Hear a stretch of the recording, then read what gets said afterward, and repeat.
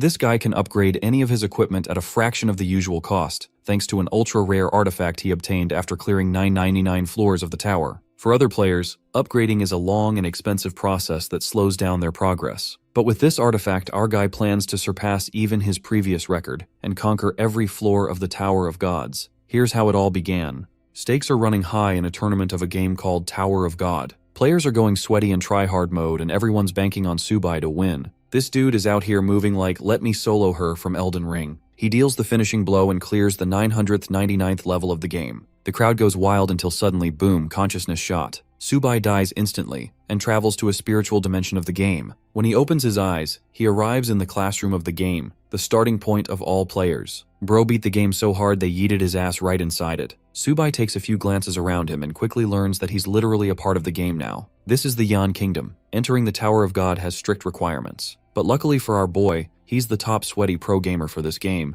The idea of being yeeted by Heart Attack Kun doesn't scare him. It actually excites him. The best part? No one's cleared more than 99 floors in this version of the game. This means a dude like Subai would be a god amongst their ranks. The instructor tells the students to crush the crystal, immediately teleporting them away to the newbie zone. Smashing it in his palm, Subai officially starts his real experience with the thrilling game. Unfortunately, bro's data has been wiped clean, so he's got to start over from scratch. Subai spawns into the beginner zone and discovers a unique artifact as a reward for clearing the final floor. This supreme artifact trumps all other class types in the game, ranging from rough to common, excellent to rare, perfect to legendary, and finally epic and supreme. This supreme artifact helps him upgrade any equipment with a 100% success rate at the cost of a small fee. With this, Subai is already ahead of the competition. Setting his sights on the beginner tavern, he wonders if the tavern lady still remembers him. Our boy inspects his beginner stats and realizes that this is no longer just a game without consequences. Every move he makes is going to risk his life, so even a 10% stat boost at the start is a godsend. The nice thing about his supreme artifact is that it automatically detects upgradable gear. The idea that even a piece of basic shitty equipment can be upgraded surprises our boy. Bro goes all in but suddenly forgets that he's broke as shit and doesn't have coins to make the upgrade. Subai sets his goal to make some bread money, knowing that in this world it is capable of solving every problem. Let's talk about the Tower of God's mechanics. Newbies are granted a 7-day grace period to secure class advancement through 10 floors. Players who fail to achieve an advancement crystal are terminated from the game, leading to the expulsion of countless players. Zooming in at the bar, our boy is currently rizzing up a bad bitch baddie with a proposal. Subai offers her a bunch of rare cocktail recipes, but she doesn't believe him one bit. The tavern lady offers Subai her full attention, even with her stress balls. Our boy tells her to chill out and writes down the recipe. She takes it, promising to beat the shit out of him if this is a trick. I mean, I know a lot of people who would intentionally fuck up the recipe for that deal, but Subai isn't a simp, and in only 5 minutes, his recipe comes to life in the form of a beast blood cocktail. The customers are shocked, demanding a taste of the drink for dozens of coins. However, she roars at them, emphasizing that it's only hers to drink. The baddie drinks to her delight, meanwhile her top fights for its life. By the time she's done chugging it down, the girl is literally horny and wants more recipes. Subai offers her 5 recipes for 20 gold coins, an offer that really pleases her. The deal is secured, securing him enough money to upgrade. The tavern lady is straight up wifey material too, because she offers this guy an excellent grade weapon just for free. This beautiful blade is called the Refined Dagger. He thanks her and leaves, ambiguously rizzing her up by suggesting they're old friends. Outside, our boy commences his upgrades. With just a handful of silver coins, his weapon's quality skyrockets with boosted stats. Now he can easily clear the first floor without difficulty. Subai arrives in the outer region of the beginner zone, where the shittiest losers imaginable are hunting rabbits and acting tough. Bro walks by them, calling them pussies for preying on something so harmless and cute. One of the guys warns him from approaching a danger zone, but the idea is so baffling to him that our boy doesn't even care. Suddenly, a wind serpent creeps up from behind to attack him. Subai reacts so quickly with his blade that it doesn't even faze him, turning the thing into sushi. The rest of these beginner-level noobs are at a loss for words, acting like he just split the earth or something, when really it was just a level 1 monster. These guys warn him to be careful against the serpents as one critical hit could spell his hand. Appreciating the tip, he tosses them a copper coin and leaves. The losers think that he's lost his mind and will inevitably be killed, but Subai is treating this place like a breeze. Another wind serpent attempts to flank him, only to get stabbed in the neck. Unfortunately, the grind is way too slow at this stage. This means our boy has to pick up the pace and eliminate hordes of monsters to clear the first floor. 3 more of these flying fuckheads arrive, only to get cut up like paper with a couple of slashes. Subai enjoys farming experience points and coins off of them, while the system officially makes an announcement regarding the 10th season of the tower, and excitement takes over him. This time, he's got the supreme artifact by his side. Nothing is going to stop this man from securing the first kill reward. Meanwhile, the loser party is yapping about who gets to be the first person to secure the first kill. Typically, the three great families are known for securing the first kill each year. Lin Yuchan, the eldest daughter of her family, is so stacked that her gear costs tens of millions alone. To her, these losers are worthless insects who can only kill rabbits. Not our boy, though. He's chopping up these flying noodles like no tomorrow. At long last, Subai meets his experience requirement for the next level and evolves to level 2. He even got a shitty iron chest for it. Inspecting stats, Subai discovers the system leaderboard.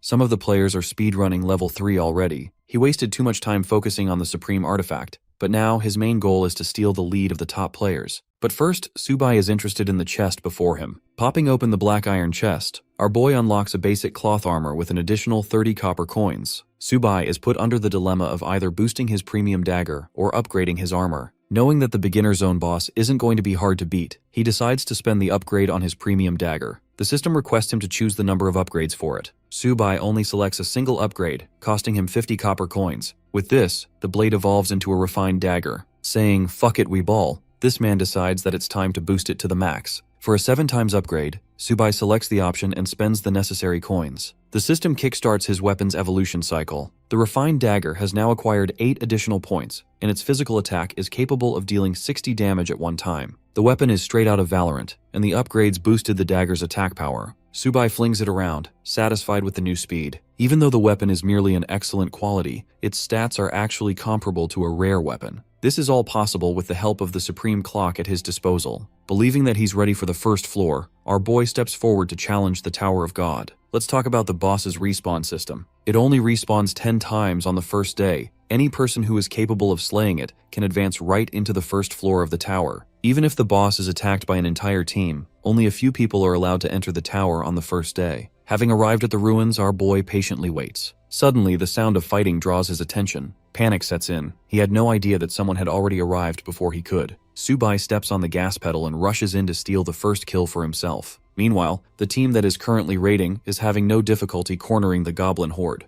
Observing from his little hiding spot, Subai is baffled to see some sweaty whales buying top-tier weapons on the first day. His confusion is quickly answered when he spots Lin Yuchan from the Lin family, the same young woman who has a gear set worth tens of millions. At this point, Bro's mighty dagger feels dirt cheap next to her shit. Her team members scramble on ahead to charge at the goblins. Her personal assistant, Blonde Boy, thinks that they'll easily reach the first floor in no time. However, Lin Yuchan highlights that the other 2 major families might also be tailing them closely. Suddenly, Yuchan senses someone's presence and immediately calls out the man hiding nearby. It's our boy, who gives up after being exposed and greets calmly. Yuchan's assistant questions what team he belongs to, with our boy assuring that he's playing solo, so there's no team with him. He also emphasizes that he doesn't want any trouble and was simply passing by. But the young lady is suspicious of his words. She and her team are filled to the brim with top-tier equipment, and even then it took them 30 minutes just to get through the forest. And yet, this guy arrived at a similar time all on his own. Subai plays innocent and bids them farewell. Zhangfei is suspicious and accuses Subai of stalling them so he can take on the boss. Sensing urgency to act, the young lady stops one of her battalions and orders them to cooperate with each other, just so that they can prevent Subai from leaving. She has no intention of losing her first boss to a random nobody. 7 warriors rush down our boy. Subai isn't worried about getting jumped and merely calls the situation annoying. Manifesting his dagger, he taunts them for dragging him in their mess. The snarky assistant thinks that our boy is being arrogant, as he's nothing more than a level 2 newbie against a group of fighters. The warriors quickly pounce on our boy, while Subai is more than happy to entertain them. The first attack is in the form of an arrow, which Subai casually deflects with a simple reaction. This attack was actually from the young lady herself, and his reflexes shocked her.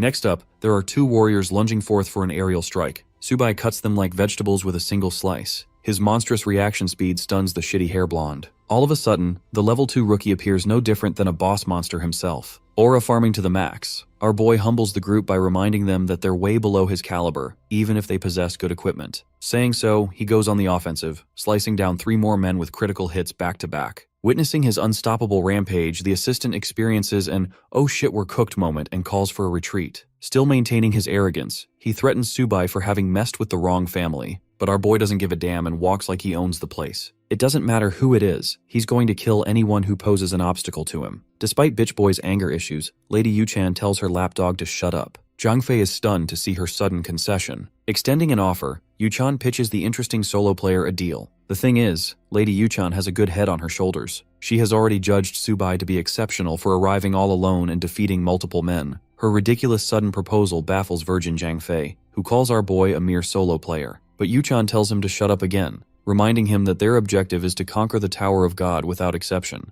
Our boy thinks it's a fair deal, and assures them that he won't attack or disturb their group again, provided that they grant him a protection tax benefit, a silver coin for each person. Subai thinks that it's a fair price, but Simp Fei is losing his marbles at the young man's audacity. For the third time, the young lady tells her lapdog to shut up. The young lady surrenders 3 coins as a token of friendship. She also wants our boy to add her as a friend. Subai is chill with that offer, as long as she can offer another gold coin. This man is out here squeezing the gold out of her. Yuchan casually accepts the offer, while Zhang Fei is twitching like a loser. The baddie makes a second suggestion, recommending that Subai and the team hunt the beginner boss together. Her continued interest in the first boss's defeat is clearly evident in Subai's observation. Knowing that, he accepts the deal, as long as they can settle on another condition. Yuchan hears him out, as he makes a ridiculous offer again. Our boy wants to take full control of the group as part of their strategy to defeat the boss. Subai doesn't give a flying rat's ass. The only way he's gonna let them participate in the kill is if they follow his orders and don't become an obstacle. Despite Yuchan's openness, she's not on par with the deal and refuses to give up leadership. Treating it like no big deal, our boy turns the other direction and is more than happy to leave them behind. Suddenly, Yuchan flips a switch. She literally offers this man 100 gold coins out of the blue just to get him on her side. He declines her insulting offer, knowing he's gonna get way more by killing the boss. Zhang Fei calls him out for acting like a big shot, but something's not right, and Yuchan can sense it. She's doubtful of her chances of defeating the boss with a team, and yet here Subai is walking around acting like he's already won. In the next scene, our boy is busy playing with the system. Thanks to his new gold coins, he can upgrade his equipment again. Remember that basic cloth armor? He prioritizes upgrading it now, paying 1650 silver to skip the upgrade time as well, boosting his overall endurance. Subai is thrilled to find his health skyrocketing beyond 300. In the next scene, we're back at the tavern. Many beginner players are dying to kill the first boss, and it's certain that they will advance to the first floor soon. The tavern lady amusingly wonders if the Yan Nation will be able to secure the first kill this year at all. Even though their guild managed to hold the first kill record all the way up to floor 9, they were eventually dusted by a powerful rookie from the Beacon Nation. This rookie had some kind of triple S class profession and became the best of the best. While they're yapping at the bar, our boy is hopping around the cliffs, avoiding the small fry goblins to set his sights on the real target. Subai is left flabbergasted. There's already a fight going on, which means someone came even faster than him. Analyzing the familiar scent, Subai wonders if the energy concealment powder is being used. The powder actually masks the scent of the player from other monsters, but this won't work when it comes to higher level creatures. It bothers him how the wealthy families can easily use this kind of shit to quickly advance ahead. Deep inside the boss's lair, a group of warriors are fighting for their lives against the surrounding goblin horde. If the boss was already fighting a group, then our boy would have had to wait an entire hour before getting his turn. One of the warriors alerts brother Wang, sharing that a complete newbie has arrived out of nowhere. Wang doesn't think it's necessary for them to stop him, deeming him harmless. Then there's Li Yueran of the Li family, also belonging to one of the great families. She thinks the kid is recklessly meddling around. While they're busy insulting our boy, some of the warriors suddenly gasp in horror watching Subai approach the boss. The boss in question is a titanic goblin. It was asleep in its slumber until our boy tossed a blade across its chest, awakening it. The intimidating Goblin King gets up from his throne, towering over the newbie who dares to challenge it. Subai isn't afraid. He's more than happy to take on the beast. The Wang group is worried about the boss and awaits instructions from their leader. Wang Zixi believes that the newbie will be squashed like a bug in a few seconds. The first attack comes from the enraged Goblin King, who smashes its mace and erupts the ground. Our boy dodges it with finesse, taunting the creature and earning its fury. Confidently lunging forward, Subai calls him his bitch and announces its death. A lightning-fast slice instantly eliminates 100 health from the boss, but that's not enough to bring it down. So our boy goes on the reversal, dealing a second slash. Provoked even further, the boss attempts to smash him in one go but misses and hits the ground. Its speed is no match for Subai's fast reflexes. Next, our boy goes for an aerial descent, landing a vertical slash that obliterates another chunk of health. The only reason he's been able to land critical hits is because Subai possesses knowledge of its weak points,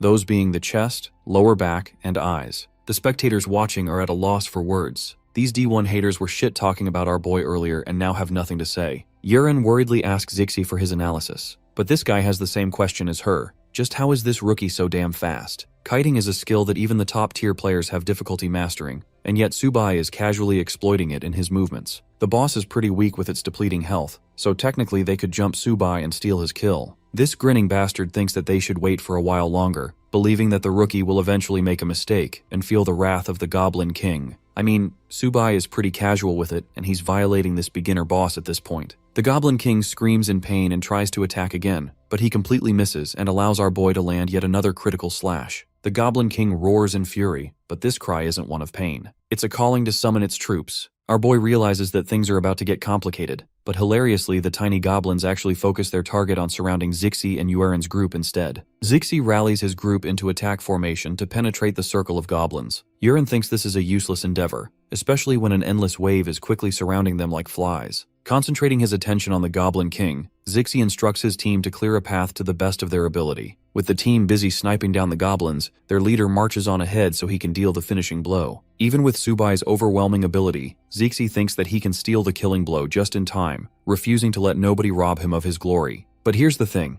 Our boy isn't a dumbass and knows that this guy wants to steal his kill. Subai can spot the mid-tier magic scroll from a distance. Confident of his victory, Zixi tosses open the magic scroll, announcing the end of the rookie as well as the beginner boss monster. The magic scroll shoots out a missile of fire. This blazing torpedo makes direct contact with the Goblin King and detonates into a loud explosion. Watching the smoke clouds, Yuran and the others celebrate having acquired their ultimate victory. However, Zixi isn't the same. Something about the situation is off. Even if the scroll nuked the boss, there isn't a system notification confirming the kill. Suddenly, the system notification does pop up, except it names Subai as the first person to slay the Goblin King in the eastern region. When the smoke settles, it's our boy Aura farming on top of the defeated boss. Zixi is stunned, questioning how this guy was able to one-shot the boss so fast. While he's full of questions, our boy treats them like a bunch of buffoons for not knowing about the fatal wound aspect. What he did was continuously exploit the weaknesses of the Goblin King, allowing him to stack up enough critical damage to finish it in one strike. Interestingly, Subai could have finished this fight way sooner, but he intentionally waited to see Zixi's reaction. In reality, our boy just wanted to teach this arrogant noble a lesson, that money alone isn't enough to get you everything. Back at the tavern, the same announcement of Subai's victory of the beginner boss reaches them. For the first time in years, the first kill of the boss was stolen from all three major families. Instead, an ordinary guy was able to snatch it for himself, making the people wonder if this dude is secretly a top-level assassin from a secret clan. The kid is an orphan with no abilities or weapons, so it's impossible for him to have defeated the three families in their run for first place. Shifting perspective to Yuchan's group, she's rendered speechless while Simp Fei can't believe what he's reading. Immediately, she storms her battalions to blitz towards the first rally point. Finally, there's Zixi Wang, who is acting pissy even after the dirty cheap move he pulled. This hotshot knows that they've got no choice but to wait for another hour before the boss respawns again. Out of nowhere, young lady Yuchan arrives out of a portal, taking offense at Zixi for trying to snipe the second boss. While these losers are arguing with each other, our boy is rewarded with a silver chest for his incredible victory over the Goblin King. He's also now considered one of the only few players among the server to accomplish the mission, which secures him another silver chest. With two of them at his disposal, Subai excitedly wonders if he's going to get rare gear this time.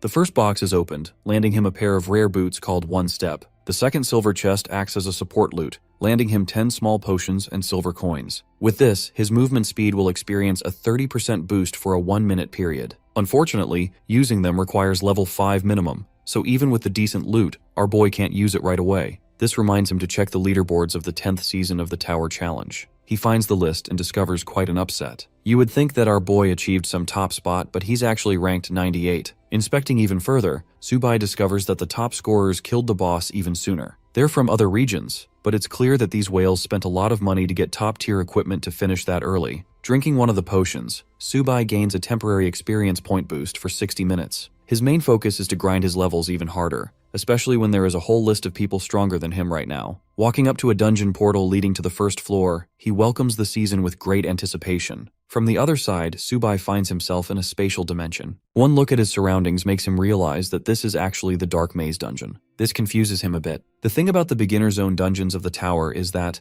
there are many different types ranging with different difficulties. The Dark Maze dungeon, this one, ranks roughly mid to high difficulty in the beginner course, making it one of the most challenging ones for new players. Placing his foot precisely, our boy starts to move in systematic fashion. He is careful about each step and recalls that it's the same pattern as last time. Subai finds himself lucky for having retained his knowledge of the maze. Suddenly, an arm shoots out of the floor. From a magic circle, a creepy ghoul arrives out of nowhere. Our boy clearly didn't expect to meet his ex-girlfriend here. Subai knows that it's a ghoul. That's not the issue here. Inspecting the creature's stats, he learns that it's a normal type with average stats. The troublesome factor about ghouls is their high agility paired with intense damage bursts. This means our boy has to play it safe in order to not get overwhelmed. Activating his flash step ability, this guy literally blitzes past the ghoul, landing a solid critical hit. That one swing of a blade is enough to kill the beast immediately. Right when our boy thought he was only dealing with one ghoul, another pops out of the ground and tries to attack him. Thankfully, Subai slashes it all the same, killing it with a single attack. With 2 kills secured back-to-back under his belt, he earns 40 experience points and consequently levels up to 3. Thanks to this level up, he's also acquired 2 attribute points. Things are coming together after defeating the Goblin King, but the dungeon's not finished just yet. This time, there's a puzzle with 2 inscription tablets. Each tablet has its own color. Red means hard, blue means easy. Since our boy is basically smurfing the ranks, he intentionally goes for the red for those spicy rewards. Standing atop the tile teleports him to a different location of the maze. Let's zoom out and see what the Yan Kingdom is up to. At the Zhou Dynasty Guild HQ, the Guildmaster learns about the smooth progress of Junkai.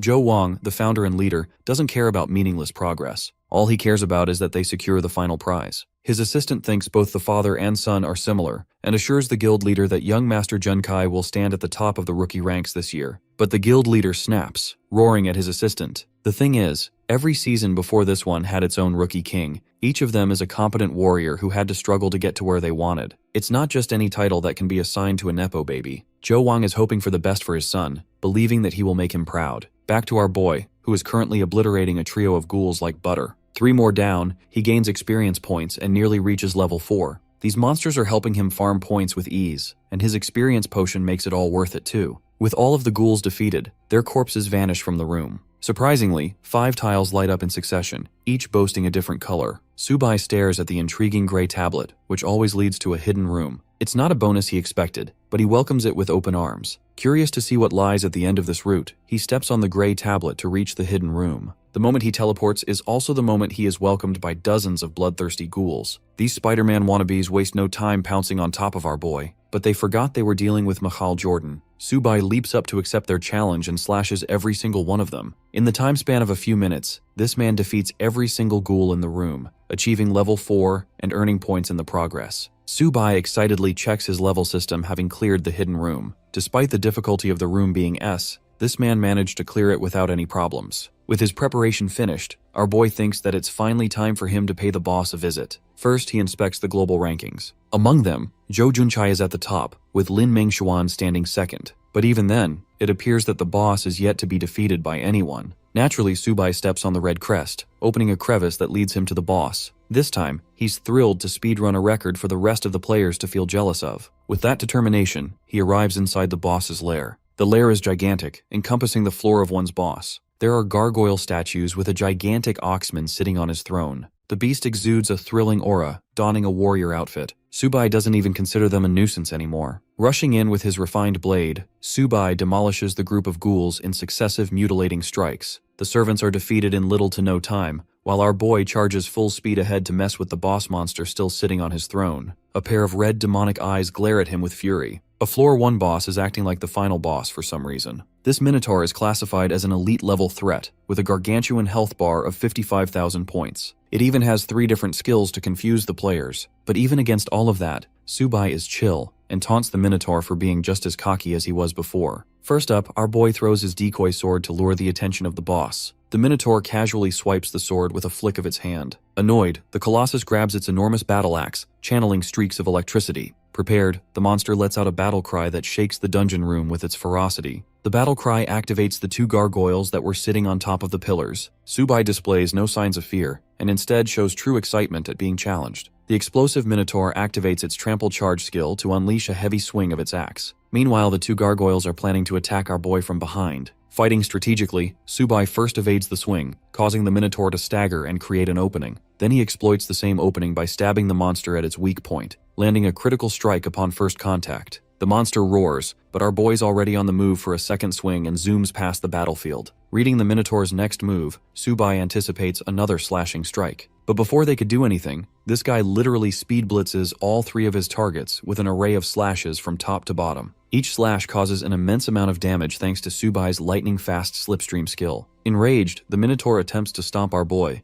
Subai dashes away with ease. Right now, the Minotaur is furious. So furious that it burns an orange aura, tapping into one of its 3 skills called the Heavy Bull Charge. I don't know about you guys, but if a house-sized bull covered in flames fucking charged at me, I would be praying to every god on earth to save my life. Subai didn't anticipate the Minotaur to use a skill so quickly. The monster is moments away from trampling our boy, but it's exactly what he wanted to happen in the first place. Subai uses the bull's rage against him, and casually evades the charge just in time, even taunting the Minotaur for missing its target. He traumatizes the boss monster with a stinging slash across its eye. This critical hit is so nasty that it chops off 1,000 points immediately. As for the 2 gargoyles ganging up from behind, Subai experiences no difficulty dealing with them. He simply waves his weapon across the field and cuts through both of them. Thanks to the added points, Subai shoots up to level 5 at last, finally reaching his desired goal. Now he can use the broken skill of his rare footgear. Subai selects it and activates his one-step ability, boosting his speed by 30 seconds. He was already fast, but now he's so unstoppably fast that the Minotaur can't even see him. Streaks of blue cut past the creature's body, slashing all over and rendering him buckets of sharp pain. Enraged and insulted, the Minotaur is forced to enter its berserk state. This maniacal state of the monster is a nightmare to deal for even its own servants, as it crushes the ghouls in anger. Subai mocks the beast even then, calling the fight a mere playground experience for him. His effortless maneuvers overstimulate the Minotaur's body, as it helplessly searches for its target. With the berserk mode fading to 0, the Minotaur angrily dashes ahead to attack. But the moment he decides on a direction, Subai simply teleports behind the boss with his godlike speed, confusing it over and over again.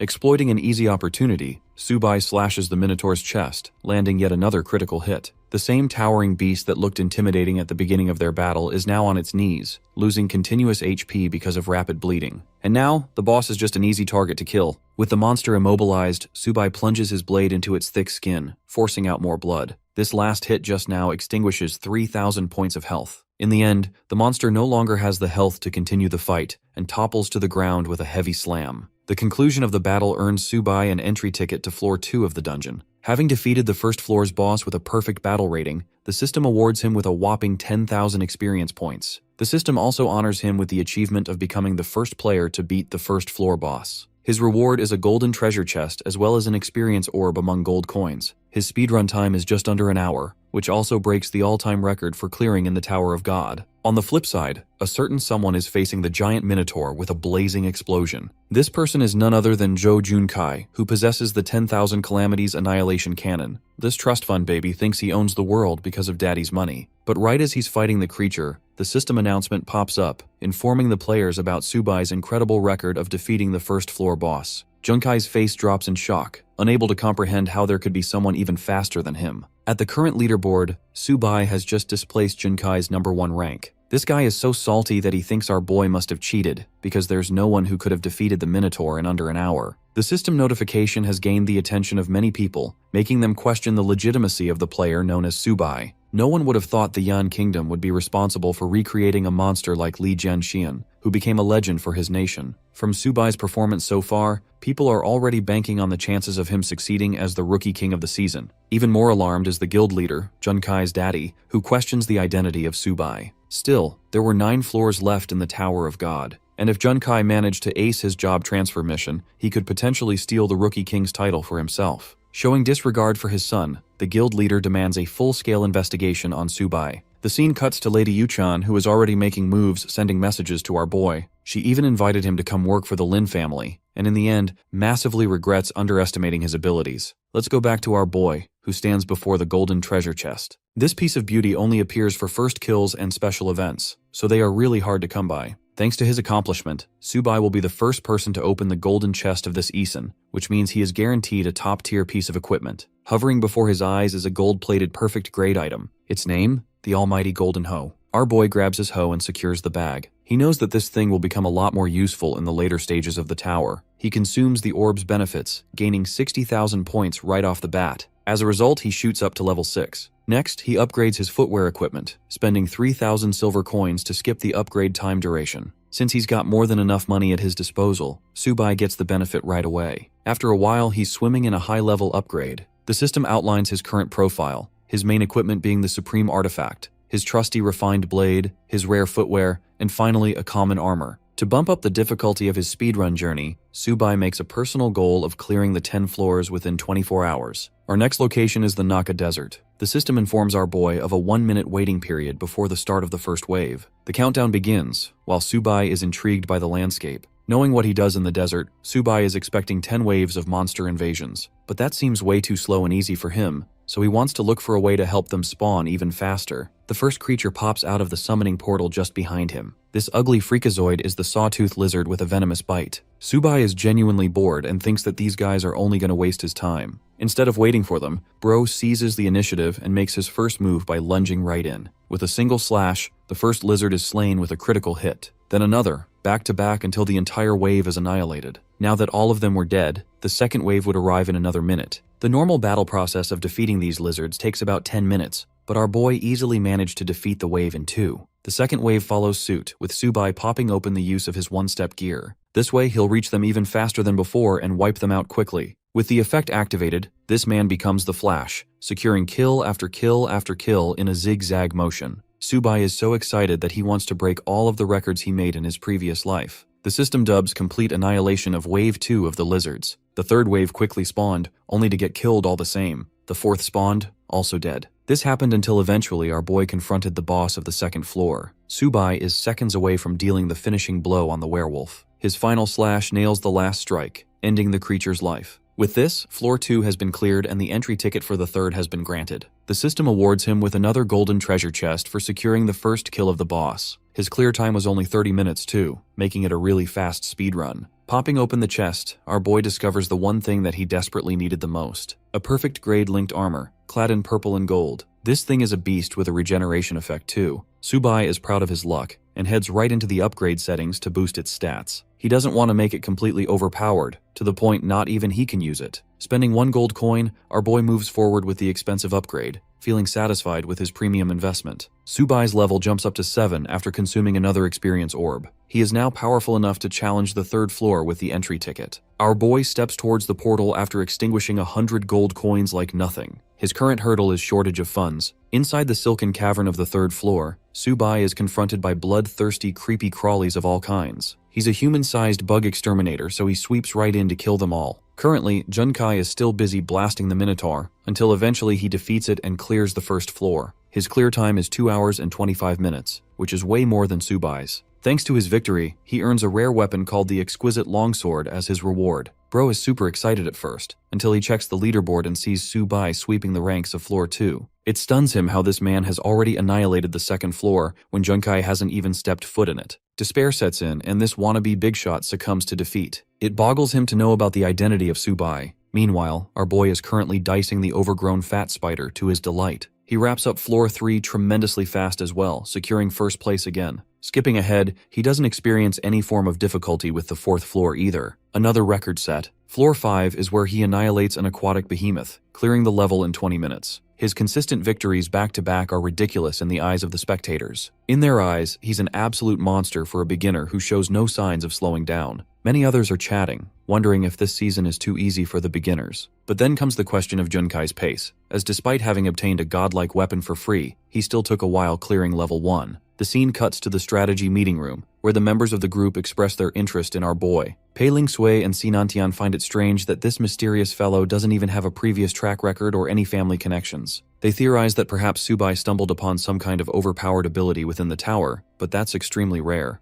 Only 10 pieces of epic grade equipment exist in the Yan Kingdom, so it's not reasonable to think Subai has one. Ling Shui and Nantian are two of the most competent fighters the Yan Kingdom has ever known, and even they are dumbfounded by this situation. Their argument is brought to an end by strategy leader Captain Su Kang. This guy doesn't care about the specifics. All he cares about is purchasing Subai's weapons after he returns from the tower. He reasons that they could set a meeting with him to discuss details. Nantian shares his objections, but the captain quickly shuts him up, emphasizing that the rookie squads have always worked this way. They could use Subai for their own benefits. Saying so, the captain dismisses the meeting and leaves. Ling Sui teases Nantian to worry about himself, as he's at the verge of being demoted to the second-tier team. Back to our boy, he's currently analyzing his basic stats. Each level up grants him 8 points randomly, but the one thing draining his wallet is the lack of funds for equipment upgrades. From now on, A minimum upgrade is going to set him back 13 gold coins because that's just how good his gear has become. Despite having 300 coins already, Subai is thinking about clearing floor 10 and acquiring 500 coins. Achieving the Rookie King title will also grant him 200 coins, but a despairing reality sets in. It's still not enough. This man needs Elon Musk levels of money to really advance his weapons. Suddenly, a person came to his mind. Inspecting the system settings, Subai opens his messages, realizing that it's time for him to accept proposals. Remember Lady Yuchan? He offers her a whole bunch of crystals for different price points. The interesting thing about this deal is that he's offering a discount from the market price. Yuchan folds and accepts to buy the entire stock. Our boy is more than happy to sell her 30 crystals, with the idea of selling even more later. Finalizing the trade and acquiring his beloved coins, Subai steps into floor 6 to continue grinding.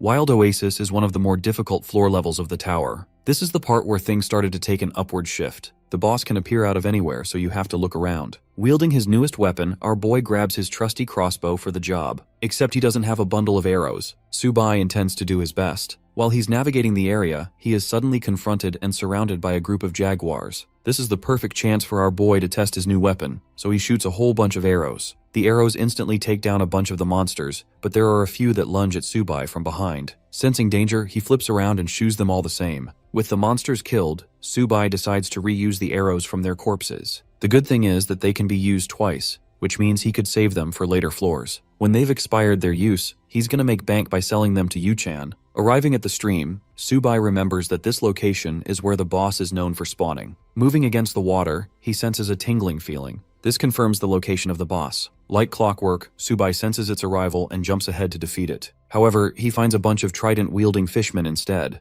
These guys are normal monster types in a group. Subai targets each one of them with his range weapon. The first few arrows easily kill the fishmen. Their bodies also drop a rare bag of coins as well as a job transfer crystal. Our boy selects the B-rank crystal, which has a high drop rate in this location. Next, he prompts the system settings for the crystal and sends it to Lady Yuchan, offering her a trade. The woman takes one look at the warrior class crystal and presents 100 gold coins, or 100,000 in cash. Milking the shit out of her wallet, Subai forces her to double her offer, and the deal is secured. Next, he pounces away happily, having secured another round of farming. Suddenly, Subai hears an intimidating screeching sound. He turns around, excited to confront the boss at last. This dude is also a fishman, except he's on steroids and definitely needs a Snickers. Dubbed the Oasis Fish Demon, this guy is an elite-level boss with numerous skills of its own. But it's nothing to Subai, who shit-talks the boss, aims his crossbow at his next plaything. The monstrous fishman aims its trident at our boy, who is shooting numerous arrows from afar. The arrows inflict a ton of damage, but that's not all. Subai lunges upward to shoot some more from point-blank range, securing critical hit after critical hit. The enraged fishman throws its trident, its only weapon, in an effort to kill the insect of a human. But our boy dodges it with ease, and calls it a dumb fish with room temperature IQ. Declaring its death, Subai unleashes 3 headshots back-to-back, abusing the shit out of his aimbot skills. The boss is killed with a heavy splash in the water, while the system congratulates him for attaining another perfect score. This floor took him nearly 2 hours to complete because of its difficulty. However, Subai is still happy for gaining 5 silver chests in return. Reaping his rewards, he pops open the chests, gaining potions, gold coins, and gear. Our boy isn't happy with what he got, as it's mostly low-tier stuff. He likes the Fish Demon Bracer's equipment piece and decides to upgrade it. Subai wears them and likes the attribute buffs, which will boost his overall stats. Setting sights on the 7th floor, he sets a new goal of clearing the 10 floors within 20 hours. Surprisingly, the system makes a sudden announcement out of the blue. A new player, Lin Mengshuan, appears to have emerged with an S-class profession off the bat. People are discussing Mengshuan's origin from the Lin family, the same family that shares connections to Sword Immortal Li, a guy who is so godlike that he's ranked number 1 in the world. People are seriously taking Mengshuan as a serious contender for the Rookie King, but some people are also skeptical of her, seeing how Subai annihilated the 7th floor already while Mengshuan's stuck on 3rd. Some of them predict that Mengshuan has some kind of secret weapon,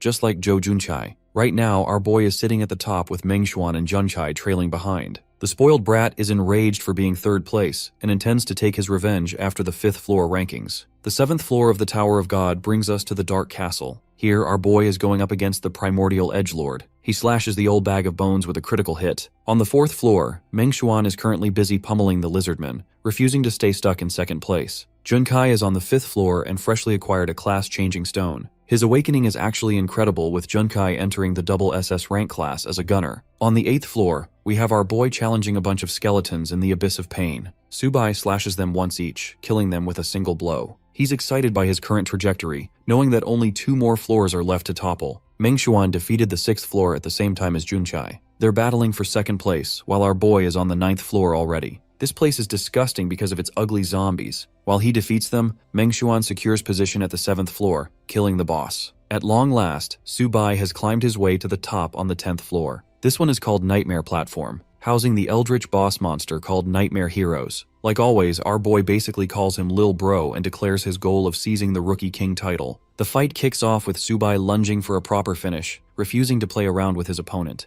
At once, he renders a dozen slashes to cut open the boss. The behemoth responds with its claw, but our boy easily counters it, mocking the monster for being foolish enough to attempt it a second time. The fight comes to an end when the phantasm is severed clean with a final vertical strike. The same nightmare monster that is supposed to be hell to deal with just got humbled. With all 10 floors cleared, the system announces Su Bai for becoming the first person to clear the 10th floor, earning him the title of Rookie King. This title significantly boosts his experience points passively and adds attribute points, but it will only last for 1 season's duration. The important thing is that he secured a triple S-class crystal. With 5 golden chests held in reserve, our boy is expecting top-tier loot this time. First up is the rare tiger sword, which is kinda mid. Then there's a treasure map, which is great for navigation. An energy shield and a light stone aren't too impressive, but better than average. The best of all among them are the fire dragon gauntlets. Their stats are so good they could be classified as epic gear. Testing out their strength, our boy nukes the field with a punch. Observing his profile, he thinks that he'll become unstoppable if he can simply upgrade the gear with the supreme clock. Next, he opens 30 silver chests that he collected during his farming run.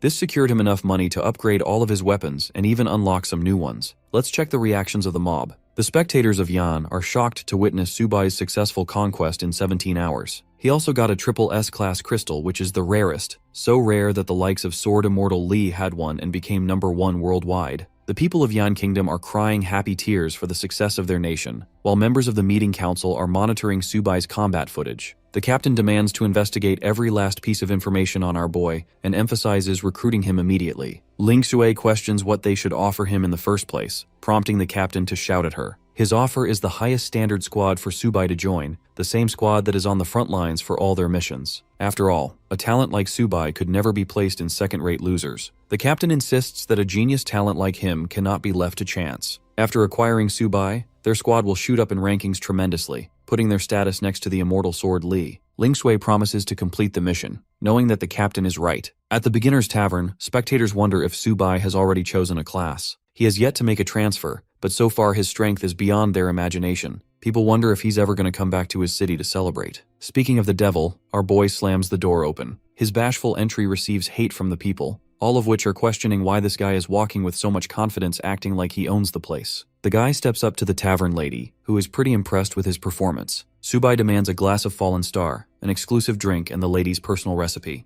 To the shock of the customers, the lady isn't flipping out on this guy at all. Instead, she enjoys talking to him as if they're friends. The tavern lady knows that he's got a big load of valuable goods and maybe even something else. She charges him the full amount for the drink. Su Bai delightfully chugs it in, boosting his stats by 1 point each. Next, he requests a private room for his stay upstairs. Before he could enjoy his sweet rest, Lady Yu Chan arrives out of the blue. She's come with her bodyguards to forward her professional relationship with our boy. Su Bai shows her his sack, of crystals I mean, and receives an enthusiastic reaction. They go upstairs to discuss things privately, where Su Bai shares the incredible crystals he collected. Their shimmer blinds the Lin family members. Among them, there are 5 B-rank crystals and many low-ranking ones. Lastly, our boy even whips out the S-rank crystal to shock everyone. None of the Lin family members expected this, not even Yu Chan, who is probably ready to sell herself just to get her hands on it. This girl is going horny over a crystal, while mustache hair at the back is losing his mind. Yu Chan instantly demands a price for the crystal, setting her sights on the trade. Su Bai assures her that the rest of the items will be sold at market price. He's looking for 10% in cash and the rest of the amount transferred in gold coins. He also tasks her with a bunch of supplies to purchase, something Yu Chan can easily do with her network. Su Bai hands her the list and takes care of business.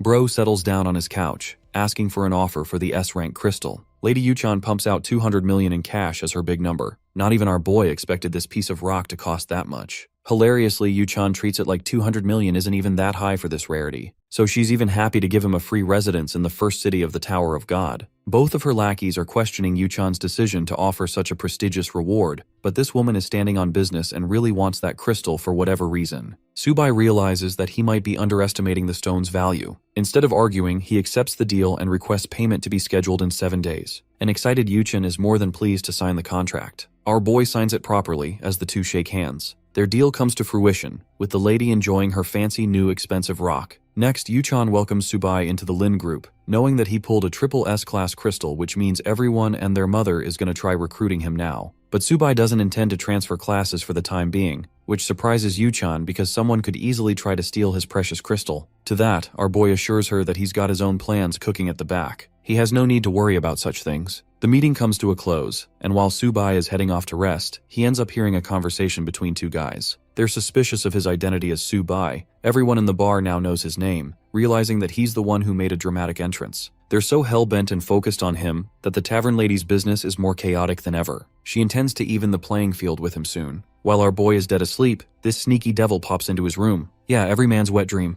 Tavern lady sets her sights on her target and kicks him awake. Subai is annoyed by her, while she complains to him about her business failing to function because of his antics. To make up for all the trouble he's caused, our boy offers a bunch of gold coins. Tavern lady is dazed by the sight of them, and immediately switches her attitude. The girl was about to beat his ass and suddenly acts like she can take care of all the problems on her own. Subai reminds her not to kill anyone in her crusade, with her reassuring him that she's not a murderer. Going over an important topic, Subai brings up another affair. The tavern lady is excited, predicting that he's brought her a bunch of rare recipes to sell again. However, what he reveals is actually the triple S-grade job change crystal. Yes, the rarest crystal to ever exist. Subai informs her that he's about to initiate the god's trial. It catches her interest, causing her to question how he came to know about it at all. The answer is simple. It's from the information of his previous life, where he'd experienced it more than 100 times already. The tavern lady emphasizes that the only requirement for the trial is the crystal. In that dimension, there won't be any money or equipment. Instead, there will be a hidden class crystal. It's a risky maneuver, because if our boy actually ends up taking the trial, the SSS-grade crystal will vanish. One shot is all he has, and unfortunately, Subai has failed this opportunity over 100 times in the past. He aims to rectify his mistakes, and requests her to arrange the trial. The tavern lady is surprised by his determination, and reminds our boy that if he dies, it's on him. Subai isn't worried, and remains confident in his chances of survival. The tavern lady grasps the crystal and crushes it in her hand, commencing the start of the trial.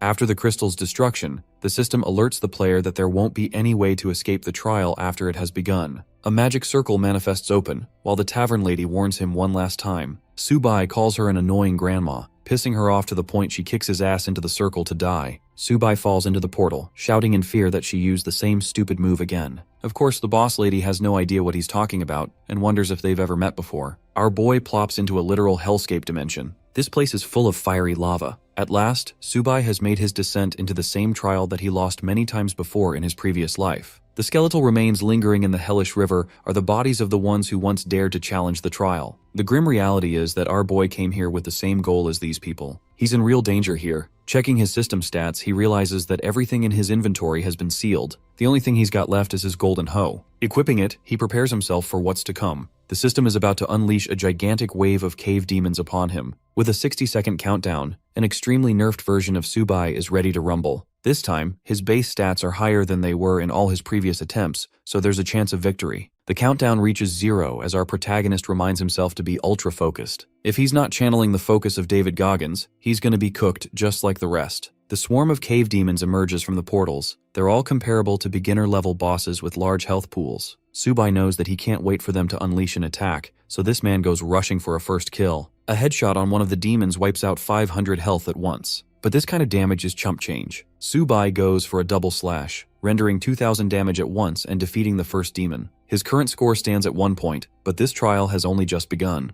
Launching his secondary assault, Subai cuts up the second demon in a myriad of strikes. His back-to-back killing spree has already taken out 3 demons in quick succession. Subai's steal-slash technique is making a mess out of the demons with each swing. The sword is even given for the test has skills of its own, and it's thanks to our boy's past experience with the god trial that he can use their full potential. More of the demons crawled their way to him. In response, this man unleashes a column of 3 fiery strikes, killing 3 demons instantly with critical hits. Subai is really feeling himself and loves the killing spree. let's zoom out and check things out in town. People in the forums are busy discussing why the mysterious Subai has yet to change his class. No one would have waited this long to transition into a powerful class. News of Lady Yuchan selling some high-quality crystals for auction have also reached their ears. They wonder if Subai ended up selling her all his goods. That's where the tavern lady comes in, beating their asses for disturbing her business. She assures them that Subai's crystal is already broken, which doesn't make any sense because they didn't get a notification of his class change. Tavern MILF assures them that she's the one who crushed the crystal, and she's more than happy to crush their heads too. I mean, I don't think any of us is going to refuse that offer. Back at the strategy group meeting room, the captain receives a sudden report from one of his informants. He can't believe his ears. The crystal has been shattered by Lady Dinah, who physically can't lie as she's an NPC. This spells trouble for this guy's plans. While the chatters are busy shit talking about our boy, the captain is furious and slams the table in his anger. The punk uses this opportunity to berate Subai's caliber and assures their leader that the kid is a dumbass for wasting his crystal. Ling Shui thinks this clown is annoying, while he accuses her of having feelings for the newbie. Their stupid argument is brought to a halt with the captain screaming his frustrations. He doesn't give a damn about them, and calls for an immediate protection of the tower, emphasizing that they capture Subai and return with him for a conversation. The blonde punk still doesn't think it's worthwhile to pursue the latest rookie king,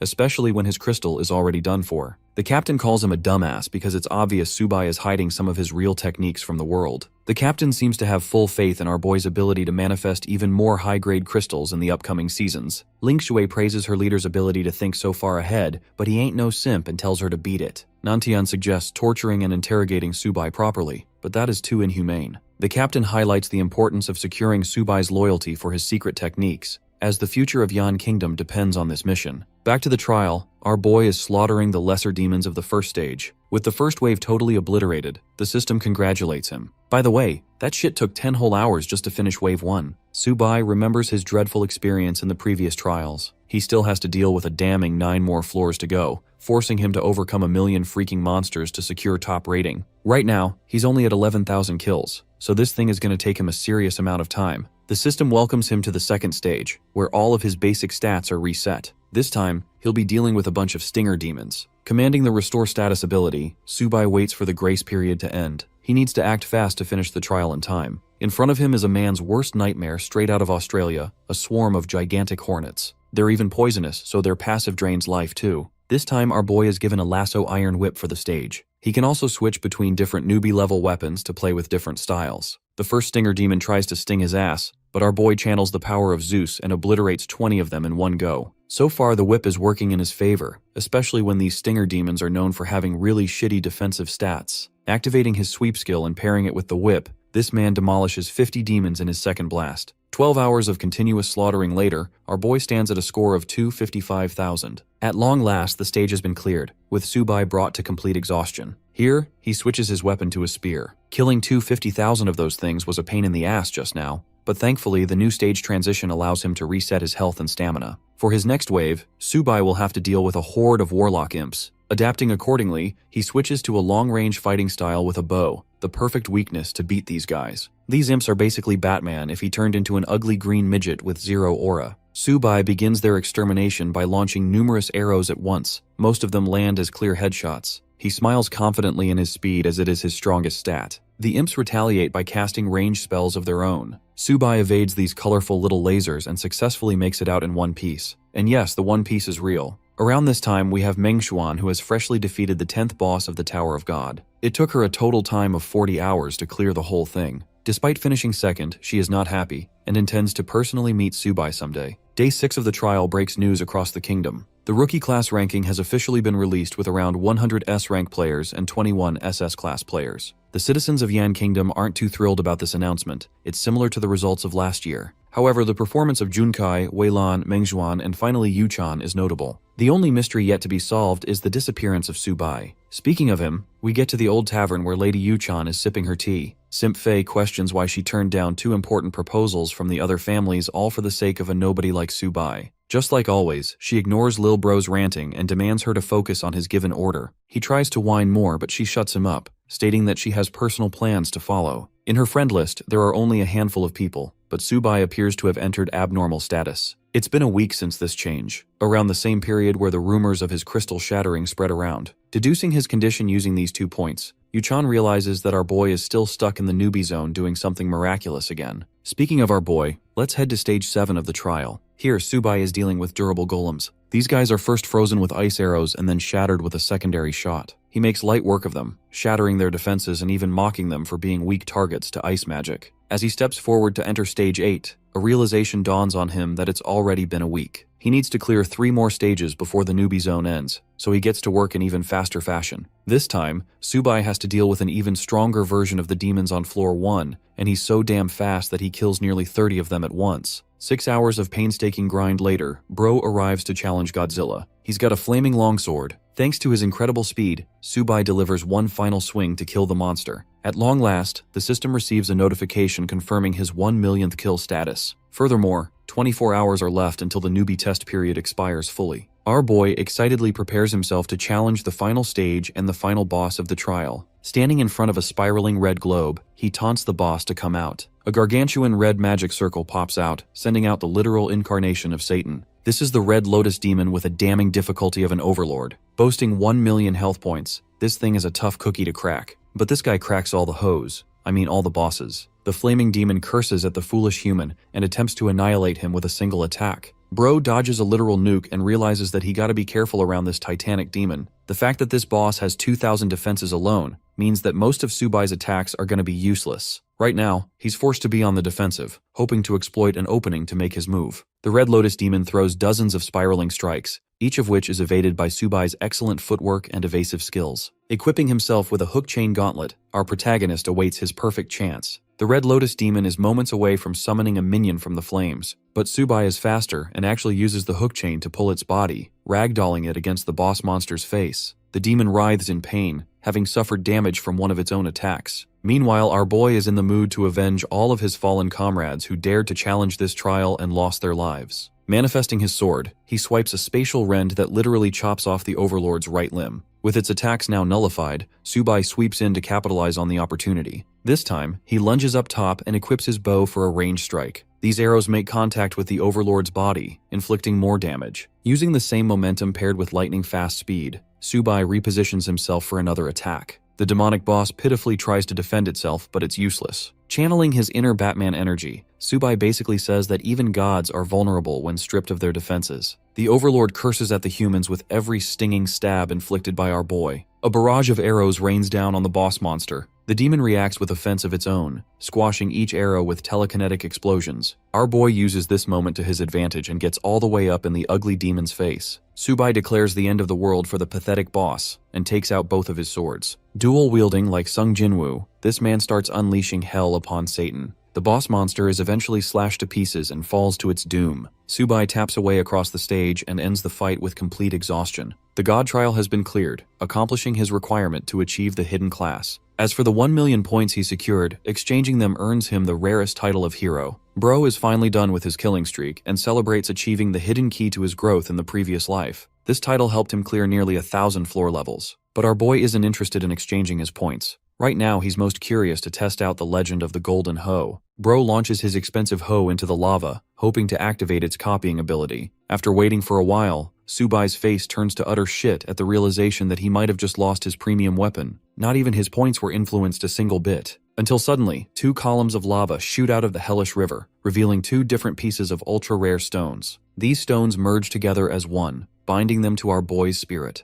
The crystals shatter upon complete merging, dubbing the player as the only wielder of the dual class. Our boy can now access both his hero and Demon King attributes. Bro literally turns into 2 faces and endures the painful effects of the merging process. Our boy observes his current stats and peeks at his equipment. Everything is looking solid, as he's gained a 5 times multiplier after clearing the trial. It took him more than a week to get through this impossible trial, the same trial that became responsible for ending the lives of those who came before him. Subai bids them farewell and excitedly declares his next goal to slaughter 2 gods at the same time. Yuchan is observing her menu status when suddenly she sees our boy's online status. The ground starts to shake out of nowhere. Following the strange and sudden noise, Tavern Baddie races upstairs to see what's up. Here she finds his dumbass casually aura farming on the couch. The baddie is stunned that this man actually stood on business and cleared the possible trial. Glancing at his dual-wielding class utterly leaves her speechless. It's a concept that isn't even supposed to exist. Our boy is impressed by her sharp observation, but he doesn't really care to explain. He wants to go out for a walk with her, but she rejects his ass. Subai bids her farewell while she supplies him with one final reward. It's a hidden badge of perfect status, allowing a player to conceal their stats and even mask one's appearance. It's just the right thing Subai needed at the time. The baddie is worried about him being outed as a Demon King class specimen, and at his current trajectory, people will treat him like a threat and start hunting him down. Subai shoots her a flying kiss sarcastically and leaves the tavern with a thank you. The MILF is left flustered, kicking the air by his smooth riz. Let's head over to Ream City, which is the first playground for the newbies who clear the newbie zone. This place helps supply them with quests, class skills, and even teleportation portals up to floor 30. Walking around with an immaculate drip, Subai is really feeling himself and thinks he's ready to rumble. He coincidentally runs into Yu-chan and her men. Her two badonkadonks greet us right through the screen, as Yu-chan welcomes his return after a week-long disappearance. A while later, at the Lin family's business quarters, Yu-chan is politely treated as a guest. He's dazzled by the family's luxurious spending to own a club like this. Presented with both potions and a box full of gold, Subai finds himself impressed by the young lady's efficiency. She offers him the luxury to inspect each supply and count the coins with ease. She also gestures to both her bodyguards to exit the room for a private conversation between the two. First off, Yu-chan curiously asks about his class rating. Our boy counter questions her intention to probe information. His sharp response embarrasses her, forcing her to clarify that she has good intentions. Subai is informed about the latest smear campaigns running against him on the forums. He also learns that Lady Dana ended up sharing the news of crushing his crystal, which is why things escalated. Yu-chan is stunned to see this guy confirm all of the rumors without even a hint of anxiety. Forwarding her proposal, she colors him with dozens of praises, hailing him as a generational talent. Deep down, Yu-chan thinks this guy might have a second crystal, which is why he doesn't care about the first one that was crushed. This dude shows complete lack of interest in the topic and directly asks her about her goal. Yu-chan invites her to the Lin family for a joint operation against bosses. That's exactly what he anticipated her to say, because the floor difficulty goes up significantly after clearing the newbie zone of the tower. Subai emphasizes that he's fine with beating bosses together, but in no way is he going to join another guild. He's fine with taking them to the 5th floor of the tower, and requests 5 mage-type team members only to help break the record. Yu-chan shoots up in shock after hearing his goal of breaking another record. Normally it takes 20 people to get through a single floor, and here this guy is spouting delusional goals. Our boy assures her that he's not desperate to break the records either, so he gets up and leaves the meeting. Yu-chan follows him and clarifies that she's on board with the deal as long as the Lin family can use its name in the party. Subai is fine with that and prefers raiding from tomorrow since he's got a bunch of things to take care of. The young lady is delighted to earn his support, while Zhang Fei dubs him a scammer for the millionth time. Bro is a generational hater at this point. Yu-chan humbles his ass by reminding the blonde twat that he's the one who kicked their asses back at level 1. If they recklessly challenged him, they wouldn't have made it out of the floor either. Yu-chan commands an immediate team formation following Subai's formation. Though this loser agrees to follow her order, deep down he harbors great distaste for our boy and prays for his downfall. At the city lord's mansion, Subai is seen casually walking up to the gate. The people try to stop him from having a death wish, but he doesn't get why this normie is trying so hard. Wu Tai calls the newbie naive and warns him of the tight security around the city lord's mansion. Subai decides to entertain the young fellow with a little secret. The secret in question is that anyone can get an entry as long as they are crazy powerful. Subai walks up to the guards and reveals his hero title, instantly earning their praise and compliance. The people watching him from afar are at a loss for words, unable to comprehend how this new guy managed to go inside like a VIP. Even now, the guards are escorting the hero with top-tier courting. A smash in the training grounds is heard. There's a fight between Guard Captain Orlando and the City Lord, a mage facing off a sword fighter. Just watching this scene gives our boy goosebumps, because it's one of his favorite sequences from the story to unlock rare skills. Even though he himself is a dual-class player, he requires farming skill books to gain new abilities. In this arena, Subai has everything he needs to learn and get to the next level. In fact, the system even prompts him with the suggestion to learn basic swordsmanship skills from the master himself. Our boy happily taps yes, and even learns Captain Orlando's skill, the stone wall. Numerous skills make their way to our boy's system screen, and he spams the confirm button like a maniac. 10 minutes later, the mage is getting healed by several other mages, while the leader of the city appears unharmed. Our boy didn't enjoy the fight too much, as it became very boring quickly. One of the guards informs the city lord about the arrival of a hero. Stunned, the leader demands verification of Subai's identity. He reveals the data and confirms his elite status, earning proper respect from the great swordmaster and his subjects. They're thrilled to be in the presence of a hero after 100 years. This is a confusing remark to our boy who asks for clarification. The city lord shares that a hero is destined to lead Rim City into the light,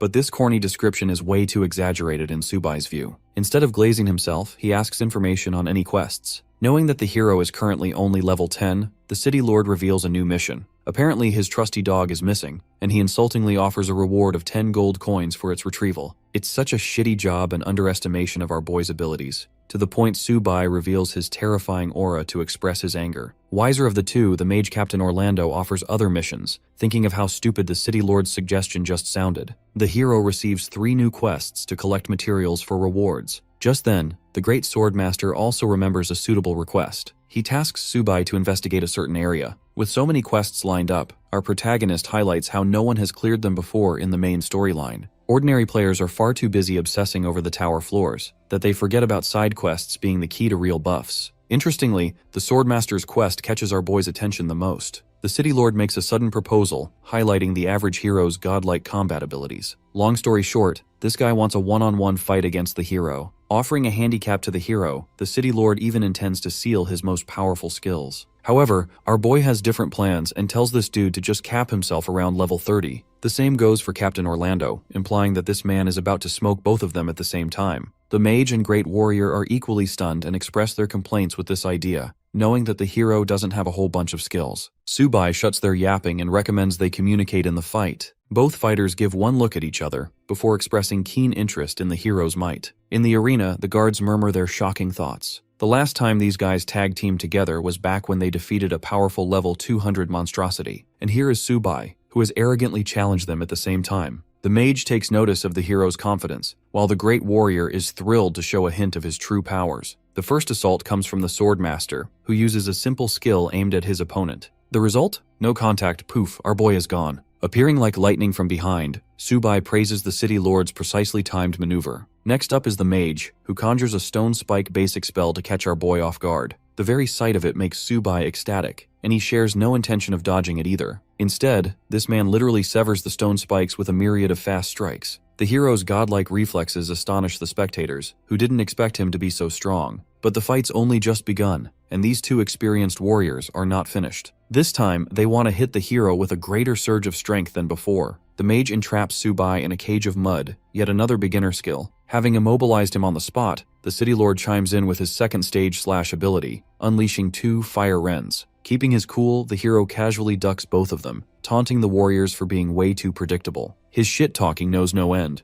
but the city lord's already pouncing on him for another strike. An amazing upset occurs. Subai vanishes like lightning from his spot and reappears up top, clashing against the great warrior's blade. The city lord chases after his target with an upgraded third stage slash. However, this fight's already over. Subai has a sword against Captain Orlando's neck, startling the city lord with his bolting fast speed again. Not even 30 seconds had passed, and the fight already met its end. But our boy doesn't want to let things go that easy, and challenges the great warrior to charge at him. By this point, the city lord is starting to realize that this dude is literally built differently. Refusing to give up, the swordsman charges with his fiery blade again. This time, his strategy involves the usage of an impact technique from the ground. This is the 4th stage slash, and despite a change in variation, the result is ultimately the same. Subai faces it head-on and teleports out of the playing field. He reappears from behind like the 4th Hokage from Naruto. Subai connects his stroke using a sword or a slash. The fight is now officially done with. The sword warrior is on the ground, with the hero mocking him by calling him pathetically weak. Subai checks off one of the quests from his list and receives an inventory reward. Meanwhile, both the city lord and Captain Orlando lost their aura points to a youngster fresh out of the newbie ranks. The fact is, even if they were at level 50, our boy still would have mopped the floor with them. Subai praises their control over their techniques and hopes to spar again soon. Having said so, he leaves to deal with the next set of quests. They escort him on the way, with Subai pouncing away about his business. Meanwhile, the two old friends are now fully confident of the hero's strength,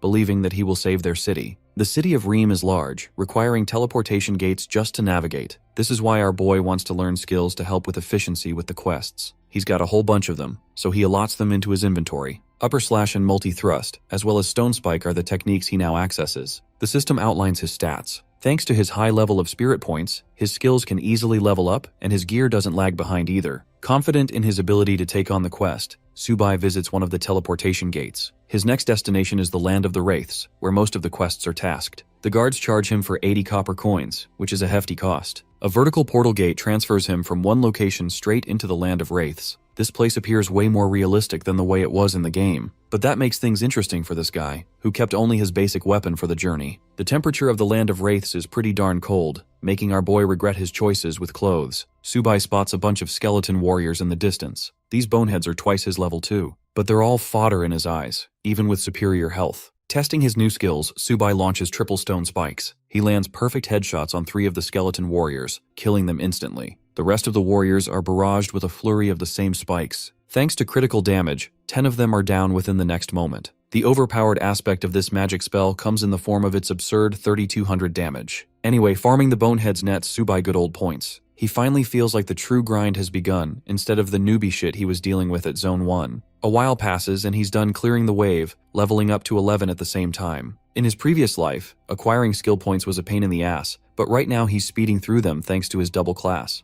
In fact, when Subai inspects his stats, he's flabbergasted to see a 50-point increase to every perimeter. The boost of a hidden class is better than even the triple S profession. Back to the boneheads, they're here to get massacred, and massacred they indeed get when Subai launches a rain of earth spikes. To spice things up a bit, this man erects a stone wall to throw them off. He's loving every second of this massacre, berating his prey for being the victim of his job skills. The first quest is completed with the defeat of 1,000 skeleton warriors. Our boy's pretty happy with those results, but still has a long way to go to achieve his goal. The army of boneheads arrives, but this time they've brought an intimidating big guy too. This dude is literally Ghost Rider if he hits the gym and takes a ton of steroids. The Skull of Fire is a common boss in this zone. Subai is happy to challenge it, so he throws in more of his earth spikes. His assault pulverizes the fleet of skeleton warriors, killing hundreds of them at the same time. The boss monster wields a sick-ass bone sword with blue flames, and finally comes out of hiding to challenge the human in a direct fight. Subai mocks him for even thinking it has a chance against a human with infinite mana reserves. The Skull of Fire channels the surrounding mana, sucking the life force out of his warriors just to power his weapon. Think of it like Goku's Spirit Bomb from Dragon Ball, except this is the evil version. The sacrifice skill significantly amps the damage capacity of his sword, creating an ultimate move. Our boy can't even sugarcoat it. He's worried about getting hit with an attack like that. Even one slash is going to send his ass to heaven. Switching strategies, Subai decides to take the offensive maneuver, leaps up top and smashes the creature's armor. With the boss staggering from the damage of his initial blow, Subai then focuses on slicing its legs. With a collective critical damage of 20,000, he deals a finishing blow by deploying the heavy barrage of stone spikes. Unfortunately, not even this could deplete its health fully. The mighty beast attempts to force a single swing, but even with the destructive output to nuke a mountain, he's just not fast enough to catch our boy. Exploiting yet another opening, Subai delivers a barrage of endless stone spikes, spamming recklessly without worrying about mana drain or even cooldowns. Concentrating headshot after headshot, our boy deals significant damage and trash talks the boss for not training hard enough. The fight's over, as the undead behemoth is toppled, blossoming beautiful skull flowers upon defeat. Subai is ecstatic to discover another potential quest, but while he's busy collecting the flowers, he also discovers a new skill book in his inventory. It's the Necromancy ability, and after spending 10 points, it is now officially a part of Subai's skill set. Intrigued by the concept of summoning magic, our boy conjures 3 undead soldiers, raising them from the ground. These loyal skeleton warriors are pretty trash normally, but they quickly become overpowered because their growth is tied to their master's level. In this case, they're strong enough to take on level 40 monsters thanks to Subai's broken stats. But wait,